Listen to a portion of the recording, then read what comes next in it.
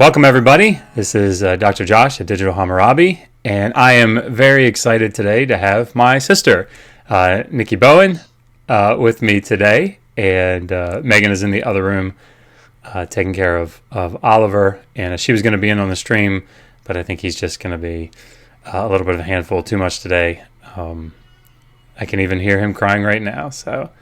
But Nikki, we're very excited to have you here. And Nikki, I'm going to let her introduce herself in just a second. But as you can tell, we're using a new platform called OBS, which I'm sure everybody in the world is familiar with except for me. But Megan has figured it out. And so now you can see both people in the interview at the same time instead of it flashing back and forth like we normally do, which can be quite mesmerizing for me. So for those of you that have never been with us before, Digital Hammurabi is a channel that Megan and I started. And we focus in on trying to bring the ancient Near East in particular, and that includes ancient Mesopotamia, the Old Testament, Israel, and really aspects of anything that has to do with the ancient world from Mesopotamia, from the Fertile Crescent, whatever. We try to bring that in a palatable way to people that are non-specialists in the field. But today what we are going to do is, and again, I'll let my sister introduce it in just a second, kind of give an explanation for it, but we are going to do kind of an interview where she's going to interview me. And we're going to talk about aspects of law in the ancient world, talk about slavery, and I think it's actually going to be a really great discussion. So, and Nikki, you want to just take a second and however much you want to introduce yourself and talk about what you're doing, and the degree that you're going for, and how this will help, and what the viewers can expect today. Well, I think they can expect a lot more from your side of things than from mine. But I am currently finishing up my undergrad and working towards pursuing my JD in the fall of 2019. So for those of you not familiar with the JD, that's my law degree. Yes, we are the overly educated Bowens, and so yeah, we need a lawyer in the family. That much I can tell you. No, we had you go for the extreme amount of time to get all of this. I figured, hey, I'm 40. Why not go ahead and become an attorney this late in life? So. Now, see, what I heard in that was, Josh, it took you so long to get this degree. What's wrong with you? That's what I heard. So. Well, that's kind of what I keep saying to myself, because everybody should finish law school in 3 years, but I have to work full time and go do this. So this is going to be 4 years, and oh my gosh. So anyway, no, I was going to say, congratulations on Digital Hammurabi and everything. I'm so glad that all of my knowledge through the years was properly imparted to you, and that you had the benefit of everything that I could provide. Fantastic that you took those building blocks I gave you. She says that in jest, but folks, that's really the reality here. I am the benefactor of my sister's wisdom. So, no, that's good. Thank you. So, speaking of which, Josh, for my project here, this is actually we've discussed before that we're doing this as a for both of us. I'm using you, you're using me, but we're going to go ahead and talk about slavery and the laws that started it.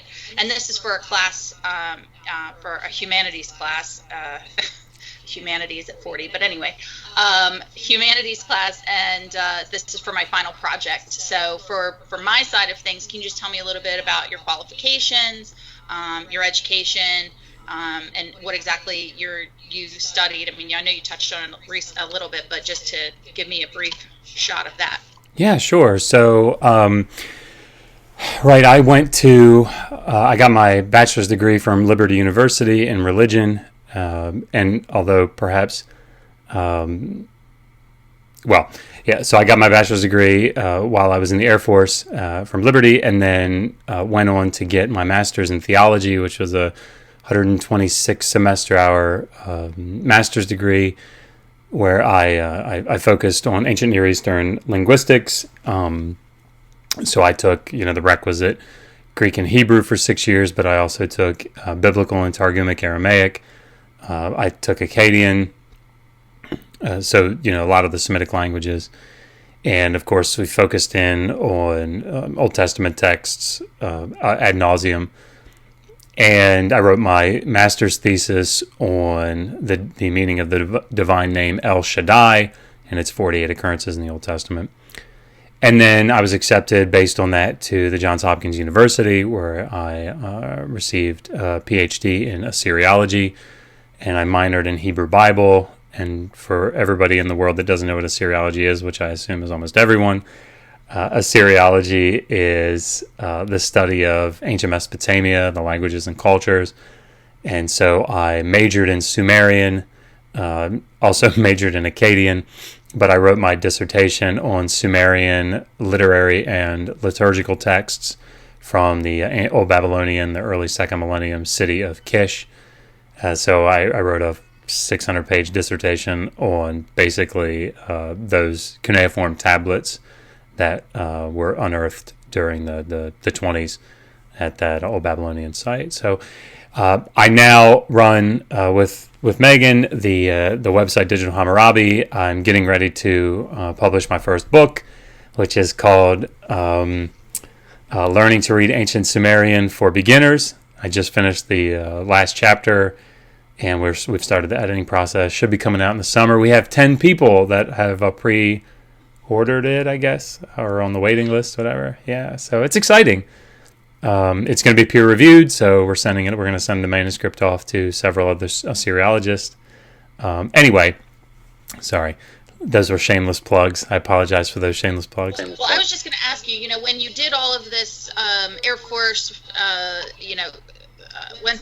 got your bachelor's and then went on to graduate school. Did you do okay?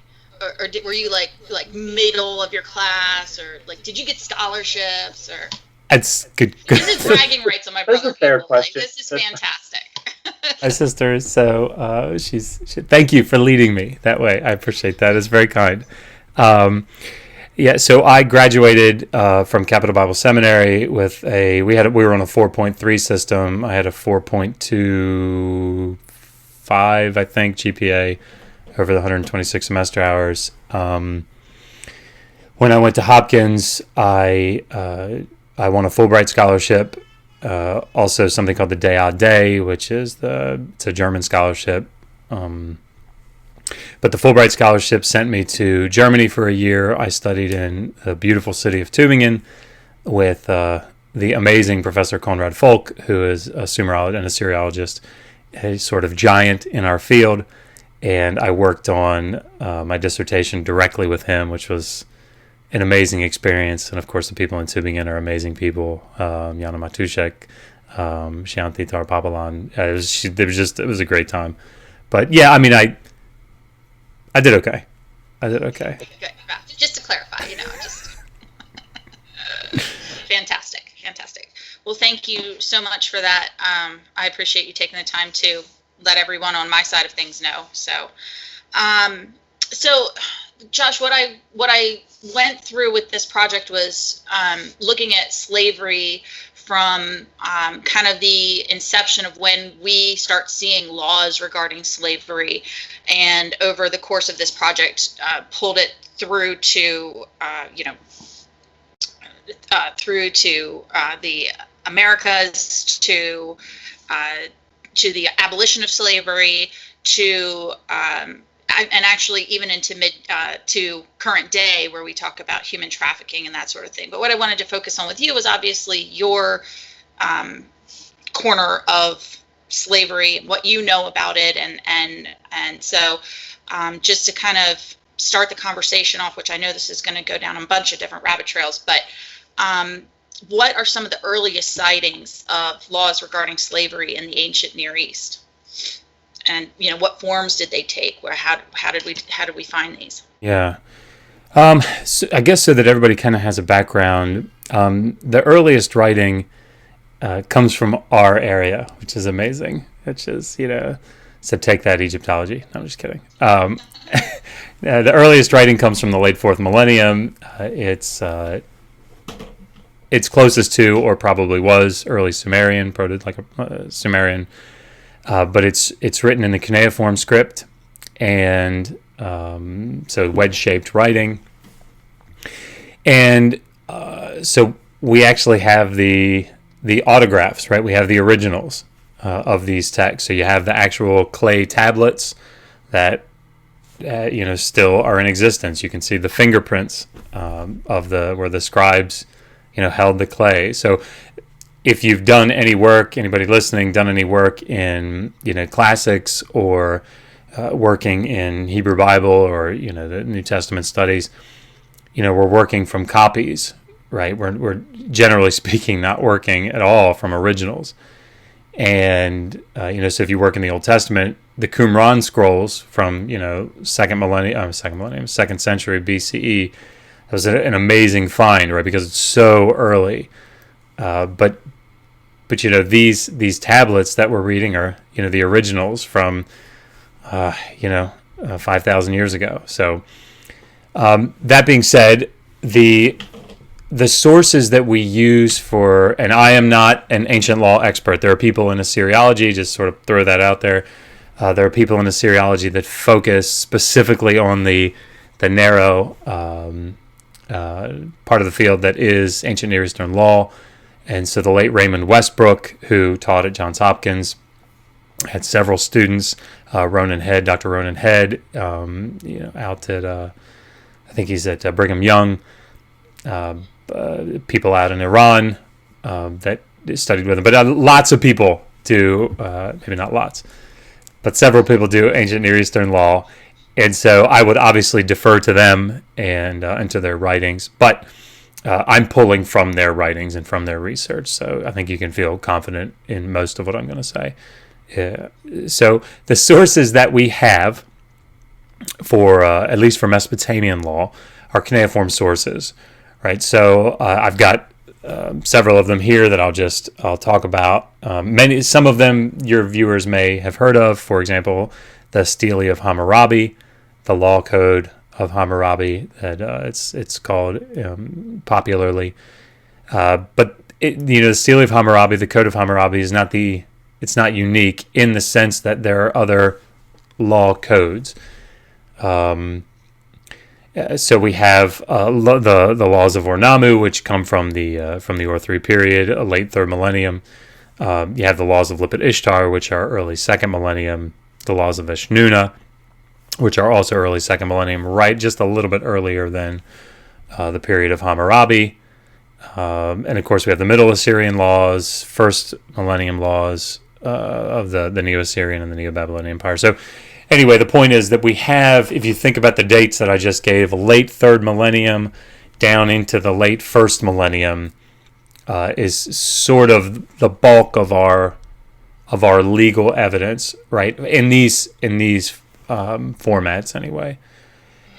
But there are also, these are, and I'll just sort of talk about what they are, and feel free to interrupt me and say, Josh, clarify that more, or nobody understands what you're saying anytime you want to do that.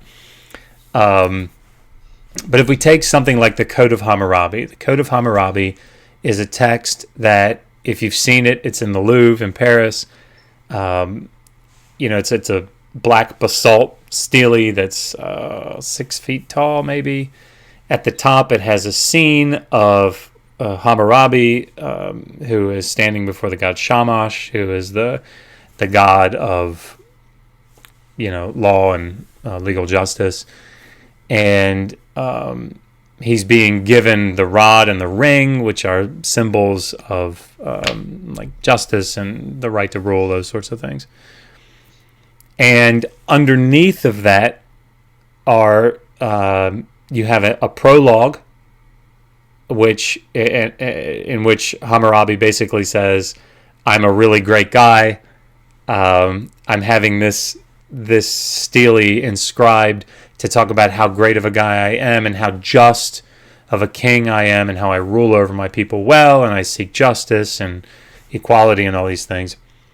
And then you have these laws that are set up, and this is the common way that these things are structured. They're set up as if-then clauses. So if X happens, then Y happens. Which, if I can interrupt, just from prepping for LSAT, I can tell you that that's extremely it's extreme. I don't want to say popular, but it's throughout our legal system even today. I mean, that wasn't just unique to that time. You have to, even just to prepare to get into law school, you have to master formal logic, which is what you're describing right now. Formal logic is necessary and sufficient, which I know, if you recall, you spent some time helping me trying to memorize these types of things with flashcards.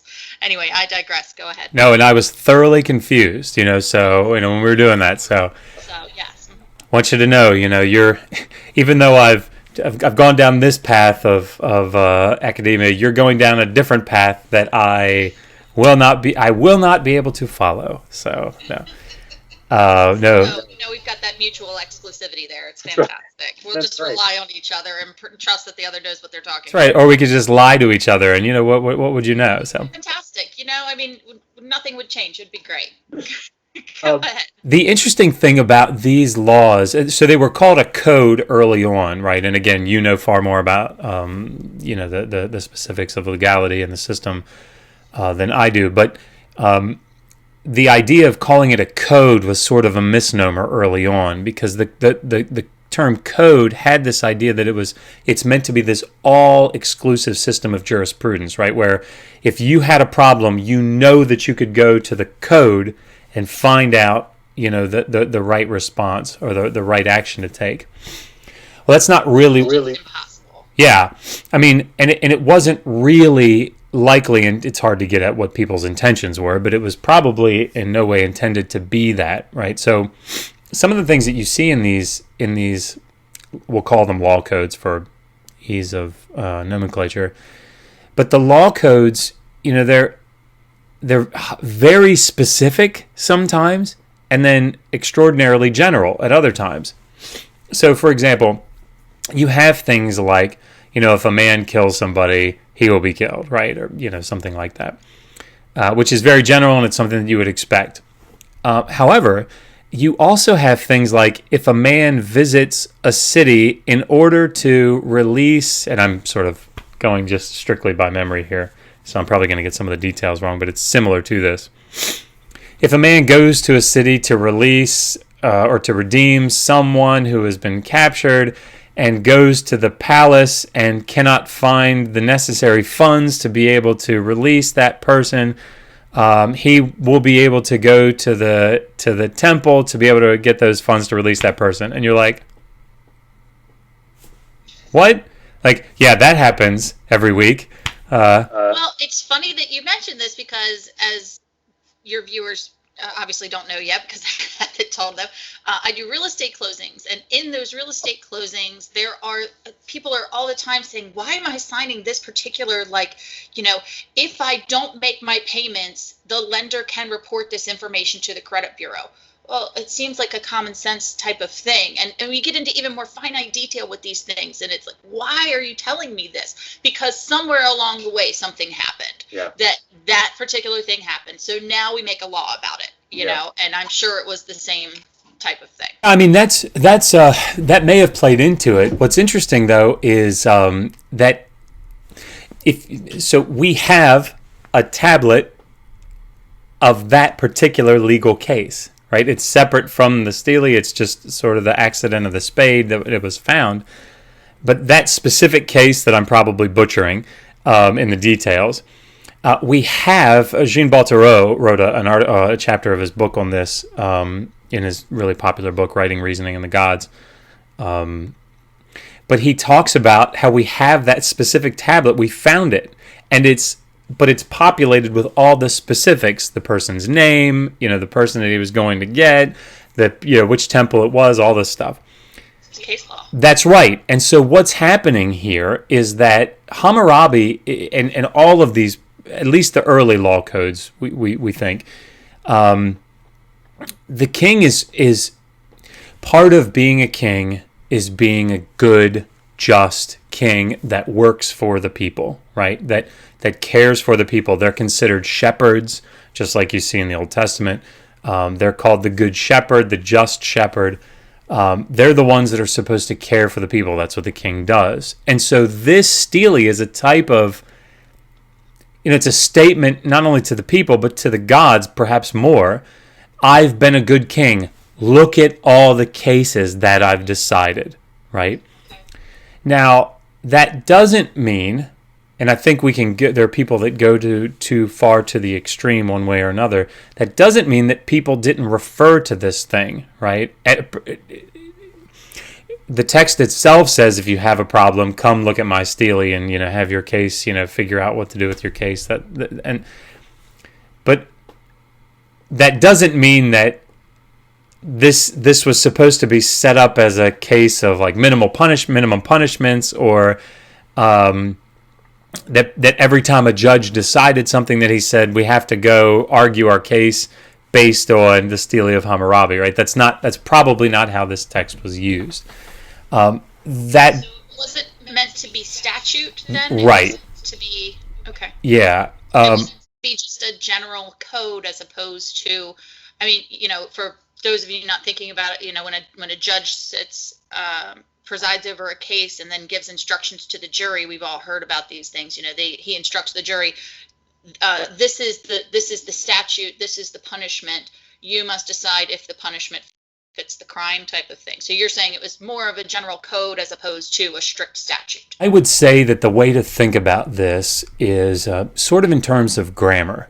That probably doesn't help anybody watching now that I've said it, but it comes out of my nerdy mind. Grammar, I've always said this, grammar is descriptive. It's not prescriptive, right? So when your third grade teacher says, don't end a sentence in a preposition, I think that's fine, obviously, because that's not generally the way that they want you to write. But there's no law, right? There's no grammar law that says thou shalt not end a sentence in a preposition. You can't, right? Because that's not how. I'm living my life way too strictly. I mean, that's all there is to it. But you don't legalize grammar like that. Grammar's not legalized. I guess you could, but You should. right, you should. But grammar develops, right? Grammar, the way that people speak, the way that people write, it develops. Lexemes develop, and so because of that, anytime that somebody, like I just wrote a Sumerian grammar, what I'm doing is I'm looking at Sumerian and saying, how did they write it? How did they do it? I'm not generating a set of laws, a set of rules, right? That if somebody wanted to represent Sumerian, they had to follow these rules. All I'm doing is saying, this is how they did it. It describes how they did it. It's like a snapshot, right? And I think what's happening here with these, at least with the early codes, is that there's an ancient Near Eastern, at least Mesopotamian, but I think it's arguable that it's ancient Near Eastern in general, idea of law, right? There's some norms in the sense that we would all say, most of us would say it's wrong to murder, right? That sort of continuity goes throughout probably most cultures. And so these codes are a product of the legal decisions that were made based on that cultural norm. Framework. Yeah, that's right. So it's not. I don't think that Hammurabi was sitting down saying, "All right, we really need to put this down so that we can refer back to it." And I don't think that's what was happening. I think it was a product of what they already considered to be legal norms, right, in general. And you see continuity throughout the period, or throughout the various periods. General continuity, what happens if you kill your servant, right? Generally speaking, there's continuity throughout these legal systems, even throughout the different periods of what's supposed to happen. And I don't think that's based on they're not thinking back to, all right, now what is it 500 years ago that Hammurabi wrote, because we have to stick with that. I don't think that's what's happening there. So anyway. Okay. All right. So we were talking before about kind of what we were going to discuss, and you were alluding to you wanted to get to how do we know what we know? I mean, do you feel like you've already thoroughly explored that and what we've already discussed, or yeah, I mean, I think in general, and again, I always, as somebody that has written a dissertation in a very narrow part of our field, I'm always very careful to say we know X to be true, right? Because sure, even in that very narrow thing that I spent, 4.5 years or whatever it was, writing this 600-page document, I probably know more about that topic than most, and yet I would still say I don't know that these things are true. So that being said, one of the ways, the methodology that we use, particularly with ancient texts, to try to get at, or in the ancient world, to try to get at things like, let's say, laws on slavery, is we have to identify what our sources are, and then try to understand them in their genres, right? So a good example of this type of identification is people that try to, and I'm sure everybody is somewhat familiar with this, people that try to understand what's going to happen in the future based on something like the book of Revelation in the New Testament, right? For people that are Christians that look at prophecy in a certain way, they come to the book of Revelation and they understand Revelation in a certain way. And so they then interpret that text based on the type of text they think it is. And a variety of interpretations arise from that, right? So people that see it as a historical document that's trying to explain in sort of metaphorical terms what was happening back in the first century, they interpret all of this stuff to talk about the destruction of the temple, for example, in 70 AD and the persecution that arose. People that view this as a prophetic text in the sense that it's describing stuff that's going to happen in the far-flung future, that see this sort of language as less metaphorical and more literal. You come up with movies like the Left Behind series, right? Or what were those 70s movies? The I Wish We'd All Been Ready, the girls running all the time in the movie. Thief in the Night, right? Thief in the Night. Guys, remember those? I wouldn't have gotten it. Now I got to go back to some 70s movies and watch that. Okay. Yeah, but I mean, so the way that you look at that book, and the way that you understand its genre, is it poetic? Is it historical? Is it prophecy? Is it literal? All these questions lead you to different interpretations, right? So I'm not going to come down in this video on which one is right and which one is wrong. That's not the point of this video. But well, I would just like to. I've been sitting here thinking the whole time that you and I both we've had this discussion before, but you and I both started in one position in our lives and are probably to varying degrees to the other side of to the other position at this point. Very interesting, to have been on both sides of that, and to kind of maybe even take a position to say that there's some of it that's just simply not knowable. Yeah. So, not only in your very narrow scope of what you look at, on a day-to-day basis, or what you studied for 4.5 years, do you take the stance that this is not knowable, or I think I pretty much got it down, but there's a little of doubt, or there's always room to find out something new. Absolutely. Always. But that expands so far into so many things, and I could go on for the other class I'm taking right at this point is a political class. So to hear some of the opinions from some other people about what they know hard and fast, and what I think is just kind of funny about, really there's so much more that we could all learn. And so anyway, but I digress. But No, and if only all of us would, if only all of the world would be so understanding and knowledgeable as we were, that we don't know everything and that we all could stand to learn something, how wonderful our world would be. if only people were as intelligent as us. I mean, yeah. No, we could just sit here and solve all the world's problems. Yes, obviously. Gosh. I hope everybody listening knows that I'm kidding. I'm sure they do. One thing that we're both very fluent in is sarcasm. Yes, indeed. I think as opposed to our second. The British, is very strong at us. So when we come to things like legal texts, they have their own genre, right? And as everything has its own genre. And I think we have to consider the sources. So, for example, when we come to something like we were just talking about the Law Code of Hammurabi, you have to understand that genre. You have to understand what is the text doing and what is the writer doing with that text.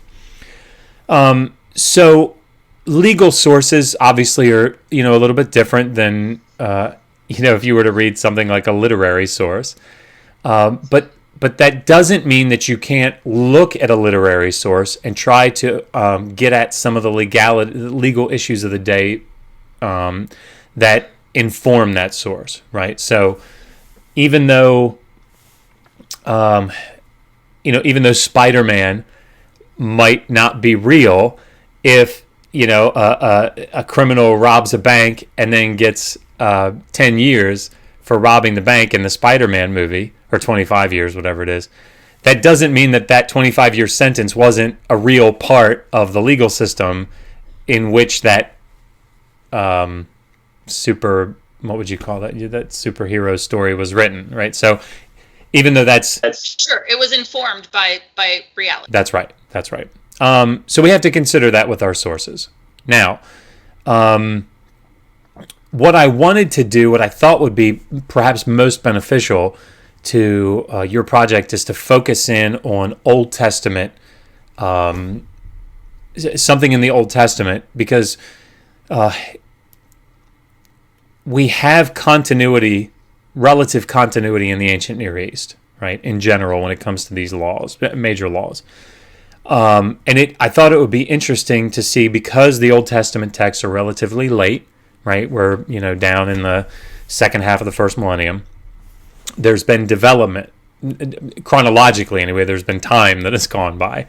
And so looking at, and there's even development within the biblical texts themselves. Some are written earlier, some are written later, and there's some variation there in those legal texts. And we don't have to get into all those details because I think that would bore everyone to tears.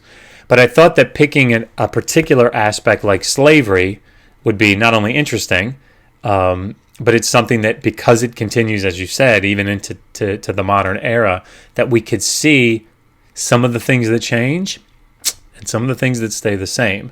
So, I thought maybe we just kind of go through some of the major aspects of slavery in the Old Testament, if that's good with you. That sounds great. Yeah, we talked about using the Old Testament as a test case, and what you just said, there's no great variation, but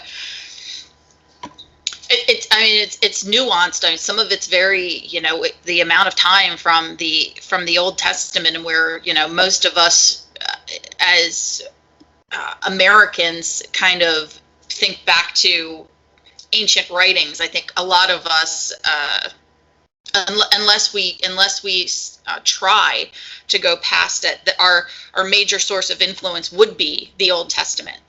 Where did it start? And that would be it for us. Obviously, you've gone further in depth and gone beyond that, down the rabbit hole.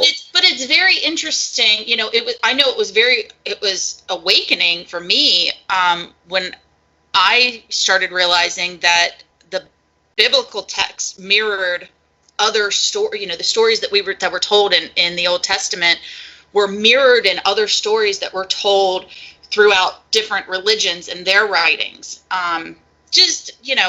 Particularly of Abraham and his sons and anyway, I digress. But yes, absolutely, I think the Old Testament would be a really good test case for us. And so whatever knowledge you have to spew there, brother, you spew it. So I think to sort of bring that to a little more, develop that idea just a little bit more, because I think you're going down a really good path to set the background here. There is sort of this, and of course on our channel we talk about this sort of stuff all the time. I go on to Skylar Fiction's channel, and Nikki, I don't know if you've seen any of those, but I go on to, there's a channel, Skylar Fiction, another YouTube channel, brilliant guy, really love him, he's super nice. But I go on his channel a lot because he argues with fundamentalist Christians quite a bit. They come onto his channel, and he talks a lot about morality, particularly in the Old Testament. And so I kind of come in there more as a support for him to say, the Hebrew actually does say that. The Hebrew does say that. Yeah. But one of the things that I think of course I know, and you know from having grown up in it, and of course we see it now all the time, is that there's this idea that the Old Testament in particular existed sort of in a vacuum, right? And developed in a vacuum. And even though if you ask people, like press people on that, of course, I think they would, if they thought about it, they'd say, well, sure, there were, other countries or whatever. But really you sort of block all of that out. Right. And you focus in on, this is, what the text says is exactly what happened, right? And that's how I was raised. Obviously, it was how you were raised. And I think that when you then are confronted with something like you were referring to, like a flood story, the flood story, that is clearly, and I can say that, and your listeners can take great confidence in this, clearly borrowed from, the Bible is borrowing from, the writers are borrowing from the ancient Near Eastern, Akkadian in particular, and of course earlier Sumerian motif, and the story itself, which we know it goes back at least to the beginning of the second millennium, and very well may go earlier. It may not, but it very well may go earlier. And when you see that the flood story in Mesopotamia predates the biblical story by, at least 13 to 1500 years, maybe more. That's jarring, right? But it doesn't need to be, I think is what I would say. But the thing that we need to pick up on for our purposes in this discussion is that where we are today, as you mentioned, in modern history, Western civilization was born from, in so many ways, the ideas that stem from the Bible, right? And so this Judeo-Christian background that we have, we're really, Western civilization, as I understand it, is built on, in so many ways, this the biblical text. Well, the biblical texts themselves did not spring out of nothing, right? They are the product of this ancient Near Eastern background. It's one of the reasons that doing an Assyriology PhD is so useful for studying the biblical text, because they come from it. And in so many different ways. And of course, the ancient Near Eastern text and motifs and stories and whatever that existed in the first millennium when the Bible was penned by its various authors, that's a tradition that started way back, in the third millennium, definitely by the second millennium. And so if you want to understand like the bedrock of Western civilization, I think you have to go back to Mesopotamia. You just have to. And so I think that's very important if we're thinking about this diachronic development of something like slavery, looking at it from the earliest sources that we have in ancient Near Eastern literature and texts, tracing it down through the Old Testament, even into the New Testament, and then seeing how it develops into the modern era. I think you really get the full, you get to get a full scale view of its development with some continuity. So, okay, I think there's a bit of a misnomer, and feel free to interject at any time because I will continue to talk. You know that. Yeah. But it's enjoyable. So I appreciate that. So, the Old Testament text, I think there's this idea that slavery in the Old Testament, slavery in the Bible, was somehow different, right? And so when you see things like if you do X to your slave, and you see that word, the Hebrew word is eved, you're like, that can't really mean slave, right? It must mean like servant, and servant in like a really nice sense. They must have been treated very differently because this is the Bible, right? I mean, God's not going to give laws that say it's okay to do bad things to your, what we would consider to be bad things to your slave, or to even have a slave. I mean, why would you have the right to own somebody else's property? But they did. And I think, there are a lot of things that we could talk about, but I think maybe it's just a good idea, and I'm kind of coming up with this on the spot here, so I apologize.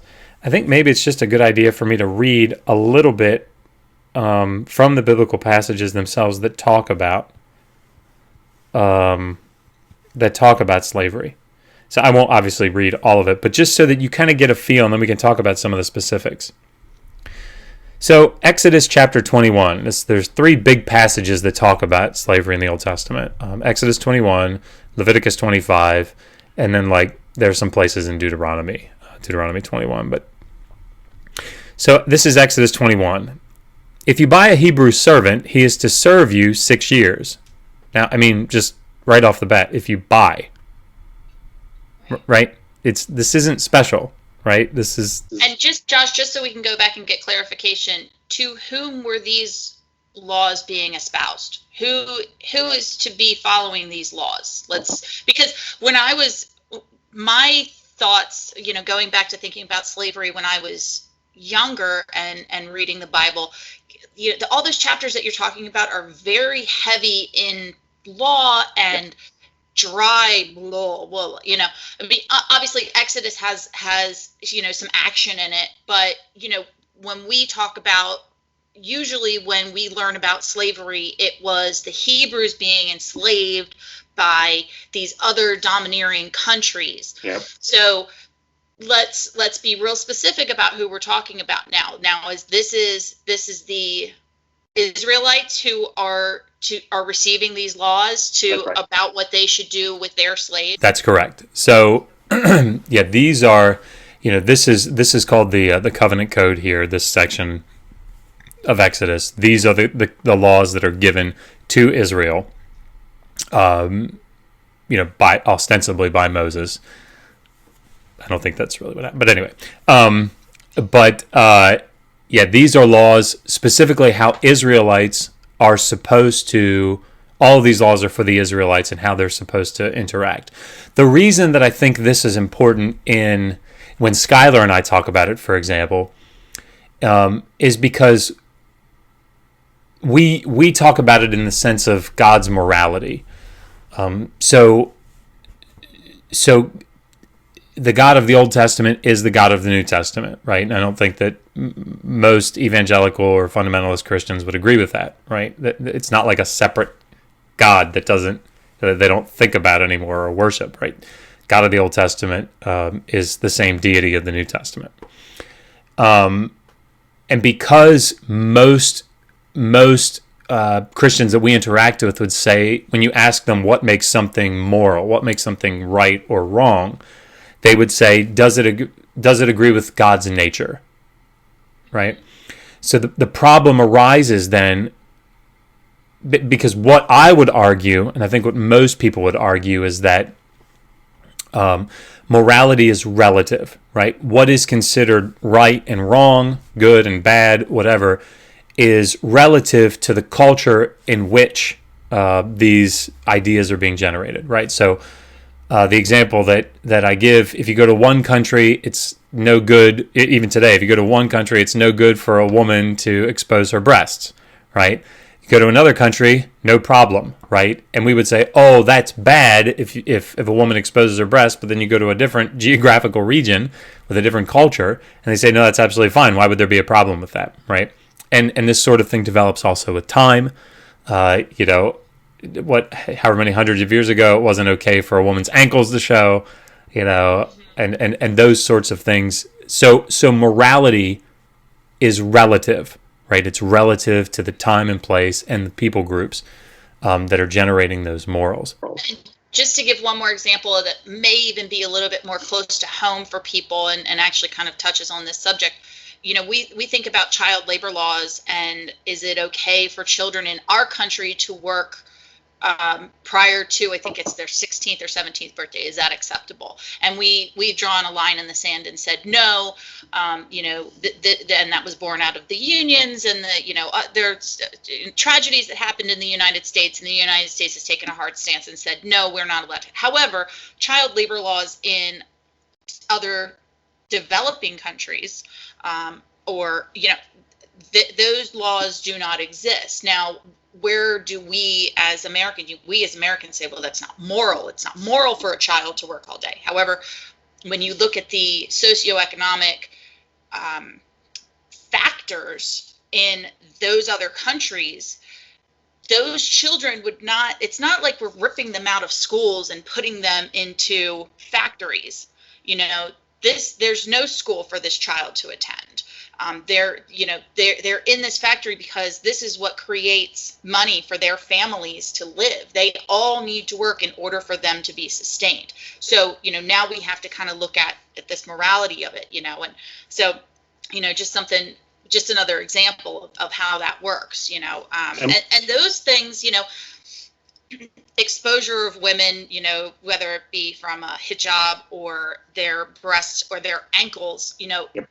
We can't really, I feel like that's kind of a thing that's maybe something that is not harmful to the woman. However, we take a stance morally of how we feel about those things. Whereas obviously some people could argue that child labor is detrimental to the child's physical Sure. being. And we take a moral stance about it. Now, never mind, I won't get into that. We still buy from Walmart and love all of our cheap goods. But we still sit on our moral high horse and say that those things are wrong. And maybe they are, maybe they are for children to be in danger. But you're right. It varies from culture to culture and from country to country. And I think that, like when I was in Syria excavating, I remember that I'd look down we had a team of local Syrian diggers that would come from the local village, and I look over and here's a 5-year-old with a shovel in his hand with a cigarette hanging out of his mouth, right? And he was doing the same good work that, and I mean, but the point is that in that culture at that time, the snapshot that we take is that if at that point, what they considered to be good is very different than what we would consider, right, in some respects. The problem is that if you embrace, as a fundamentalist Christian, oftentimes what I have experienced here is that when you embrace that sort of thing, if you were to embrace that morality is relative to the time and the place and the culture, that causes some serious problems for certain things that they want to condemn, right? So there are certain things like, slavery, and of course, polygyny, actually, okay, all that stuff, but that's Old Testament, right? That's all bad. That's just, I mean, we don't really understand exactly why that was okay, but whatever, it doesn't matter. Homosexuality, though, then no good. Right? That goes against God's moral character. And so, in other words, if you allow for morality to be relative, that opens the door to, well, wait a minute, maybe that culture considered homosexuality bad. We don't consider it bad anymore, and that's okay. Right? Those sorts of things. In other words, that's where the struggle. Yeah, it's not black and white, Yeah. But with a perfect being, it would have to be, right, from their perspective. Yeah. So that's why these sorts of things come up in our discussions. Maybe the argument, like you were saying, maybe the argument comes from some people. Well, God gave those laws at that time because that was what was needed. And sure. we have to, and you're right. I mean, from there, where do we go? Well, do we hold the Old Testament and the New Testament as the gold standard for what we are supposed to do, or do we understand that there maybe are good precepts in there? Like where do we have to go with all of that in order to reconcile? Yeah, it's interesting that what ends up happening, and so we don't have to let this go down that rabbit hole. But one of the things that I find very interesting is the things that become topics of discussion are things that we know based on what we believe to be right and wrong today in our culture. Those are the things that come up, right? So obviously owning somebody else's property, that must have been something for back then. Right, that must have been just something for back then.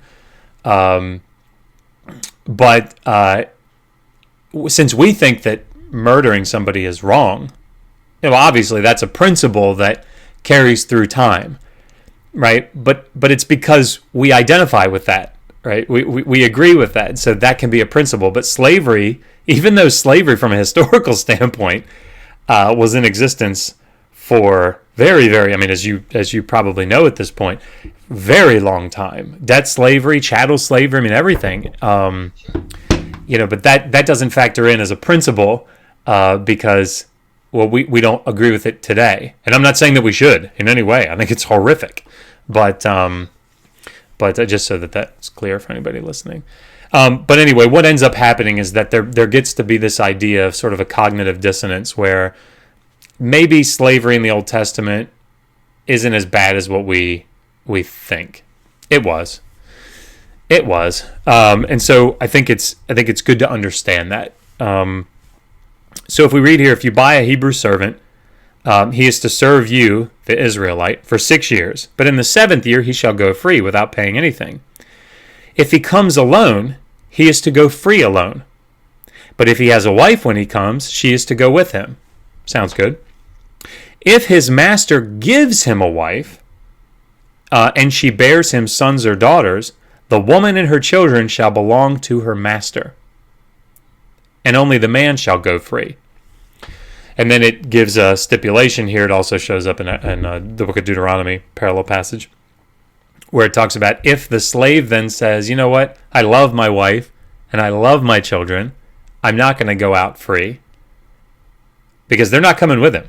They're the property of the owner, of the master. Then he can go, he can say, I'm going to become a lifelong slave, right? I'm not going to go free. The year of Jubilee, the 7-year, that won't affect me.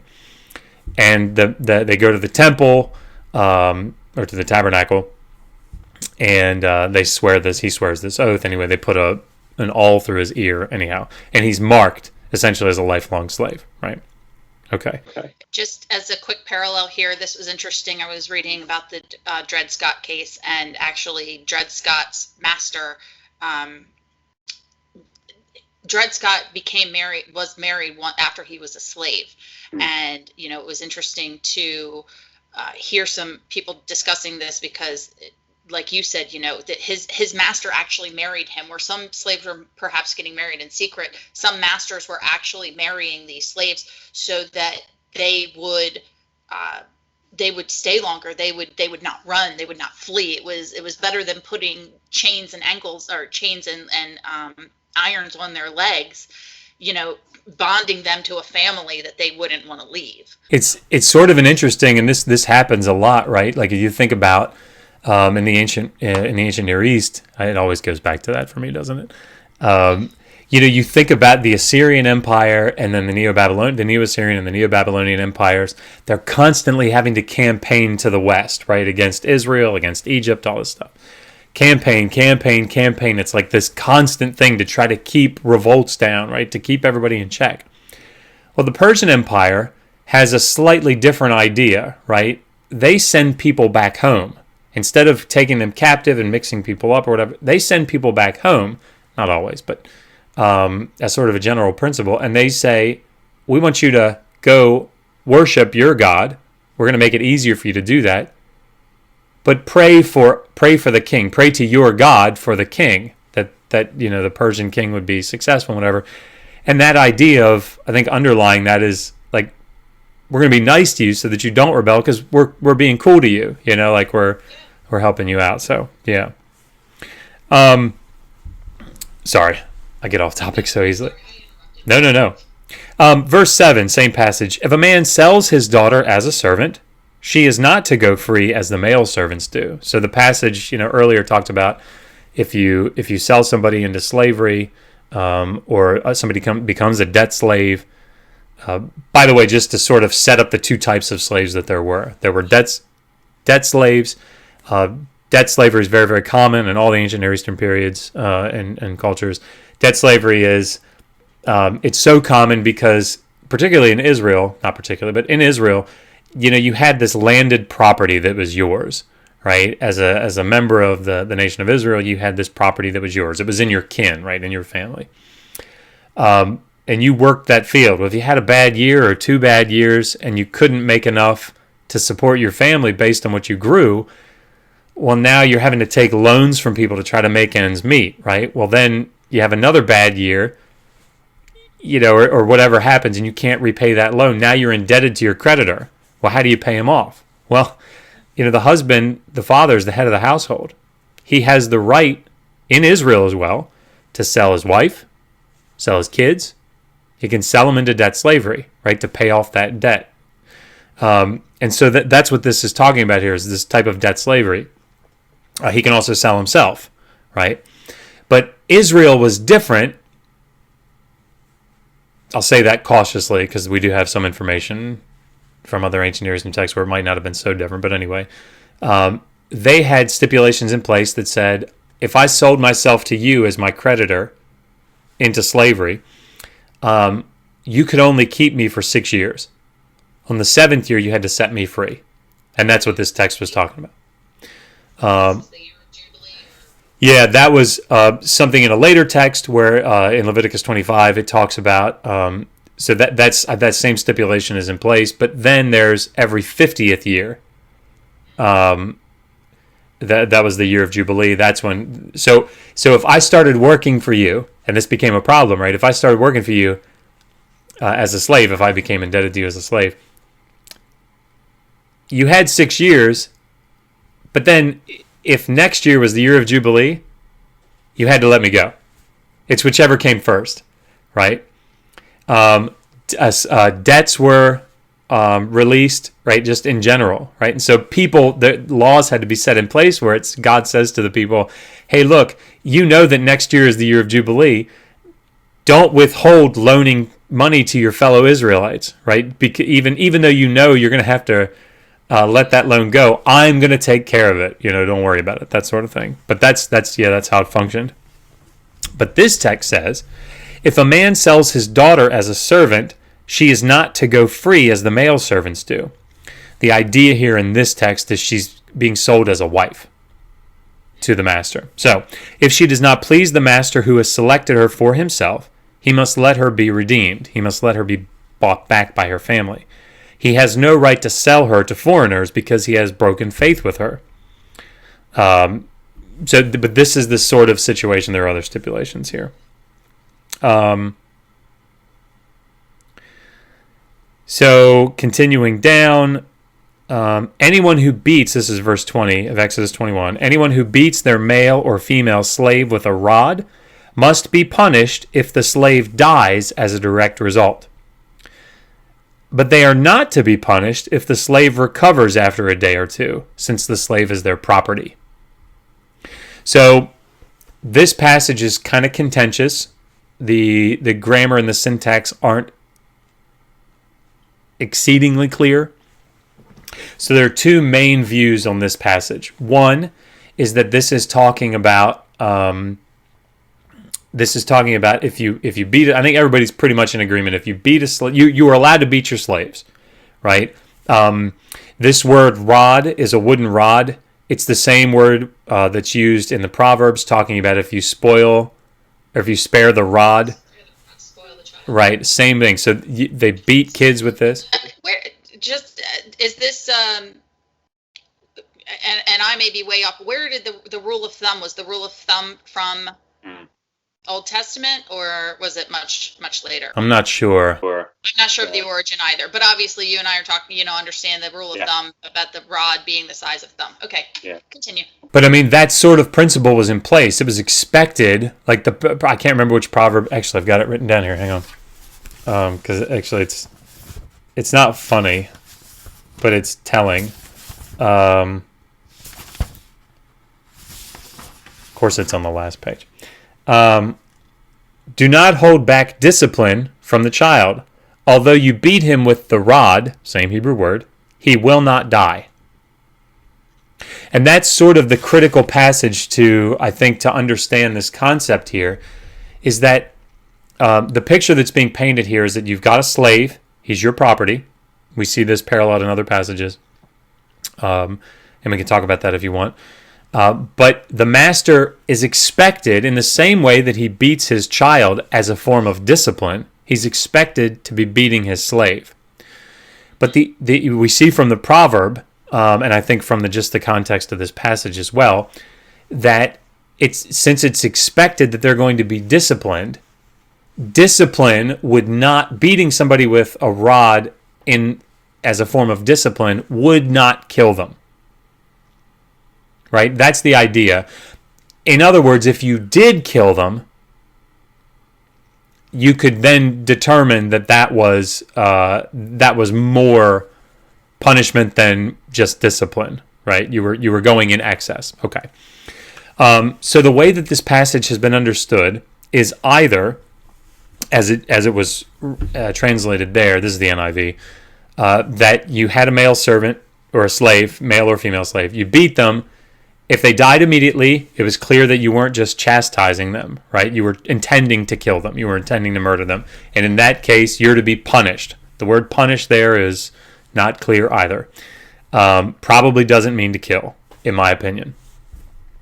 But if the slave, it's either to be translated, survives a day or two and then dies, or survives and is able to get back up and is fine after a day or two. Either way is not really all that great, but Or is it beneficial to the master? So, right. Well, this is the point. You hit the nail on the head. The point of the passage is, and you see it in earlier sections or later sections of the passage, if two people who are equals are fighting with each other and one hits them with a rock or a stick or something, if that person doesn't die, but just sort of has to walk around on a crutch for a little while until he gets better, the person that hit him is responsible to pay his medical bills, like the idea to make him whole because of that lost time. Here in this text, or in this section of the passage, if the slave goes down for a couple of days or goes down for a couple of days and dies, it's clear that if he survived those couple of days, that it wasn't meant to be murder. It was just discipline, that maybe something unfortunate happened. And there's no punishment that's to be exacted because that slave is his money, right? That's what it says. It's his money. And so the only punishment that the guy has is he's lost his own wage. I mean, like, the slave can't... He's hurt himself. Yeah, he's hurt himself. That's exactly right. So...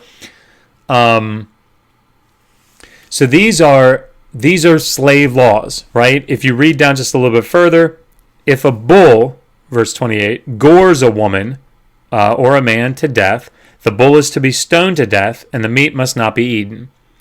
But the owner of the bull will not be held responsible. However, if the bull has had the habit of goring, and the owner has been warned, but has not kept it penned up, and it kills a man or a woman, the bull is to be stoned, and the owner is also to be put to death, right? So the picture here is that if you got a bull and you don't know it and it gores somebody to death, it's the first time, you're not to be held responsible for that, right? That bull is to be killed and whatever, but you're not. However, if it's prone to gore people and you've been told and you don't do anything about it and it gores somebody, then you're killed, right? Okay. This law also applies if the bull gores a son or a daughter. If the bull gores a male or female slave, the owner must pay 30 shekels of silver to the master of the slave, and the bull is to be stoned to death. So you can see here the distinction that's being made, right? Son or daughter, man gets killed, owner's got to get killed. Slave gets killed, owner just has to pay 30 shekels of silver to the master of that slave. So, do we know if that was 30 shekels? Do we know if that was the cost of the average cost of a slave? Yeah, I haven't looked at that specifically. This type of law is actually lifted almost directly from, I can't remember which code. Might have been Eshnuna. I'm not sure. Just interesting to know. Yeah, but the same sort of principle. I think it's 15 shekels of silver is paid in other ancient Near Eastern contexts, but it's the same. It's the same principle. So I'll read one more because it'll lead to the other type of slavery, and that is chattel slavery. Because Leviticus 25 is where I'm going. In discussions about slavery, I hear an awful lot that, it was debt slavery, so they play it down a lot. It's debt slavery, so you're just sort of working for somebody else. You know what? It's sort of like the same as us being in credit card debt, right? So it's really not that much different.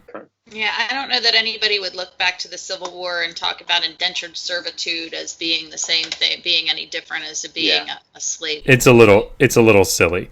But to drive the point home that that's not the only type of slavery that happened in Israel in particular, that was condoned by God, we go to Leviticus 25. So I'll start in verse 39 so that it sort of sets the context. The context here is it's talking about how you're supposed to treat fellow Israelites in this context, right? If any of your fellow Israelites becomes poor and sells themselves to you, do not make them work as slaves, right? That's that word eved. They are to be treated as hired workers or temporary residents among you, which means that it's a much more elevated status. Servants. That's right. They are to work for you until the year of Jubilee. Then they and their children are to be released. And they will go back to their own clans and to the property of their ancestors. And here's the rationale. Because the Israelites are my slaves, God says, whom I brought out of Egypt. Right? And of course, so you owe me.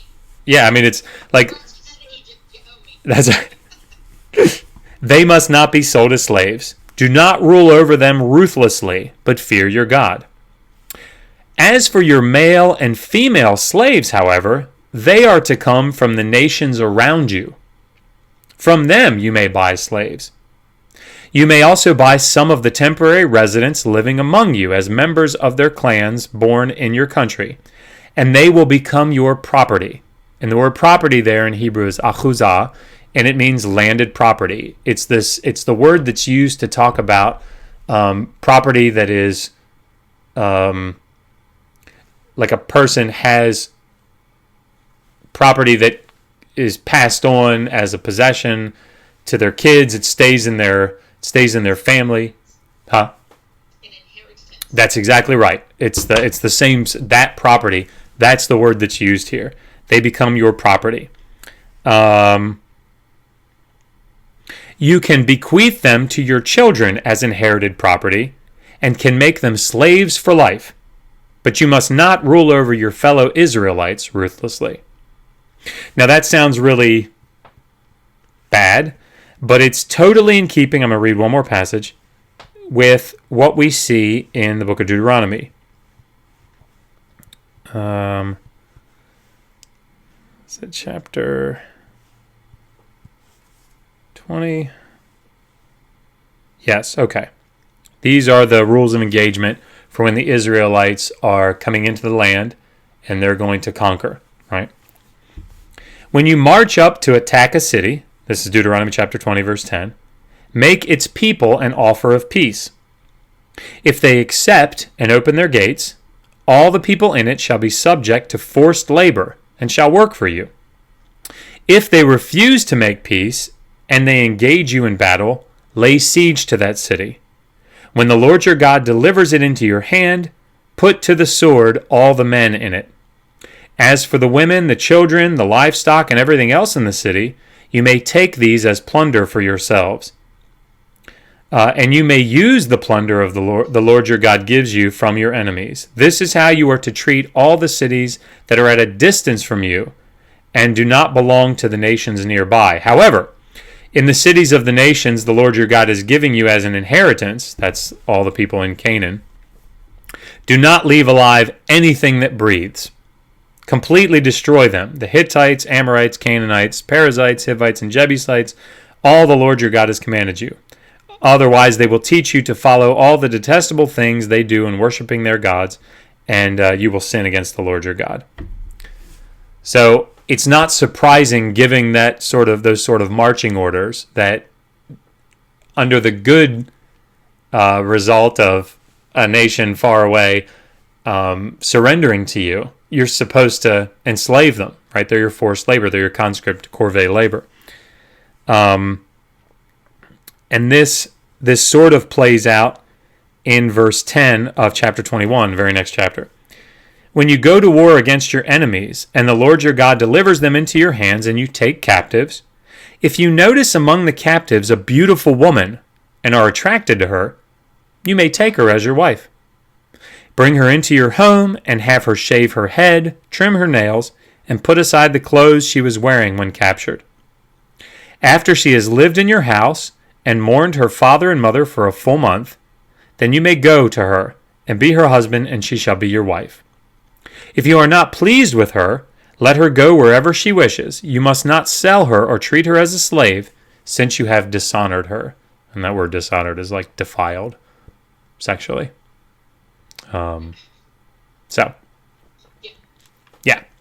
So, in other words, while you do have debt slavery, both in the ancient Near East and in more specifically, the biblical texts, Old Testament texts, you also have chattel slavery, and it's very clearly chattel slavery. These are inherited. You own the person, you pass them down. They're yours. They don't go out at the year of Jubilee. They don't go out after 6 years. These are chattel slaves, and it's just the reality. So anyway, I've talked for a long time. Go ahead. No, I mean, all of this is very interesting. Just to follow up, I did look up the rule of thumb. It's apparently a UK thing, so Okay, that makes sense. Just let Megan know that you know what the rule is with the Mary Poppins made it up. Yeah. What's that? Mary Poppins created it. So yeah, I'm sure. Just a spoonful of sugar. Yeah, and don't make a rod bigger than your thumb, and you'll be a-okay. No, I mean, we were talking before we started about, can you tell me the variance in these and how things, changed? And, I did some studying since the initial conversation that we had about this, and just you talking about the some of the things that.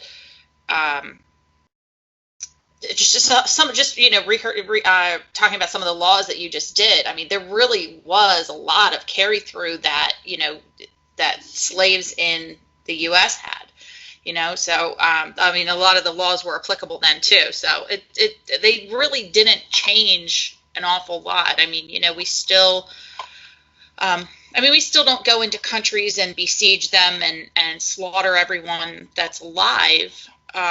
But there is still a go in and make sure to make it all yours type of thought process. But as far as slavery is concerned, I had an example in my head, and just that quickly I lost it. I had to talk about the rule of thumb, so that just messed me up completely. But anyway, I can see a lot of this did not change from the time that you're talking about until now. I mean, obviously some of it did, but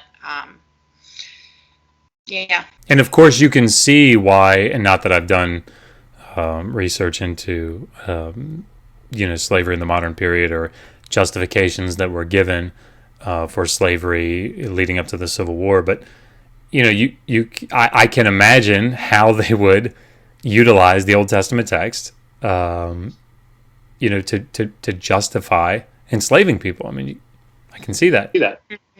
I think specifically what I was thinking of was the inheritance. Slaves were inherited from generation to generation. And there were certain laws about selling slaves, and once slaves were freed, what were they due? Did some of them, in the Dred Scott case, I think he walked away with, it wasn't dollars, it was something like 700 of whatever that currency was, units of currency was for him, and he walked away with that amount. Once he was freed, and then of course, I don't know if you know the story, he died like a year later. It was very, yeah. And if you ever, you want to talk about a very interesting case, Dred Scott was one of the worst cases, findings handed down by the U.S. Supreme Court. It was right up there with Plessy versus Ferguson. And there's debates about the two, and Plessy versus Ferguson being the landmark case that gave us separate but equal. So, but very interesting in and the ramifications that all of this had on what the climate that we were in, and what would happen to our society if we abolished slavery, and the reason that the court handed down these things, and how much slavery played into an integral role of the, not just the economy, but their way of life and their way of thinking, and their very, the things that have been ingrained in them for all these years. So yeah. And we can see, obviously, we talked about so much of the law was dedicated to talking about what you're supposed to do with your slaves. Yep.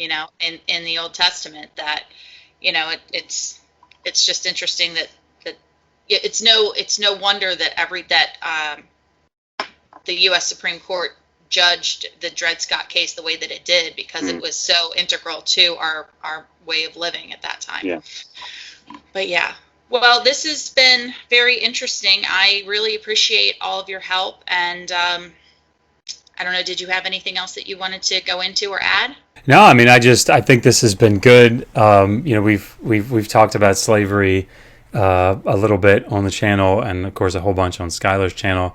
So it's good. It's good that I think this is good timing that we could talk about it here. And I really appreciate you coming on and allowing me to air this, because I think it'll be really interesting to the people watching, and I think it'd be good to bring you back on because there are a lot of times, particularly as you progress through your degree here, because I'd like to kind of pick your brain about some of these legal issues, because I think that you could give some. Just so that everybody knows, when I was at Hopkins and I was going through my comprehensive exams, one of the things that I had to do was I had to be able to read all the different genres of Sumerian and Akkadian texts. We have a lot of real estate contracts, oddly enough, in Sumerian and in Akkadian. And I remember picking Nikki's brain, like, all right, what does this mean? Like, what is this term? Because, of course, the people that are translating these things understand all of the terminology, right? All the jargon. And it's the same is true. People that work with astronomical texts, they understand all the different astronomical jargon. Well, it's just as specific with real estate. So I remember picking Nikki's brain about that. So probably something similar will happen. We'll have you back on. We'll look at some ancient Near Eastern legal texts, and you can kind of give us some insight into them. I think that'd be really, really great. So I think that'd be fantastic. I'd love to do that. Cool. That'd be great. Well, I've really enjoyed doing this with you, and I thank everybody for watching. And of course, we just to sort of do our little wrap up here, we have a Patreon that if you want to donate to, it's fantastic. All that money goes directly to sending a PhD student to something like I did with my Fulbright scholarship, because PhD students are broke, so they need your help. Of course, you'll get to vote as a Patreon on who we give the money to, and all the people that compete will come on here and give interviews, just like in the same sort of format here that Nikki's doing it. So you'll get to see their new research and get to vote on it. So it's a very worthwhile thing. We also I know Megan would love for me to point out that, and she's been working on it actually last night. She was working on it last night and this morning. Our t-shirts, we have t-shirts, Digital Hammurabi t-shirts on Teespring. And I think Megan will probably put, because I don't know how to do it, she'll put a link in the description. But she did this really cool, of course I don't have it here, but she did this really cool drawing with an inscription of Ashurbanipal that's going to go up today if it hasn't gone up already. So really cool stuff. So yeah, check that out. And what else? I'll be going on Skylar's channel tonight. I don't know if this video actually will go up today. So, but we'll try to. Anyway, yeah, a lot of cool stuff happening. So anyway, well, thank you very much, Nikki. And look forward to having you back on. All right. Everybody, until next time, resist poor scholarship. Always ask, how do you know that?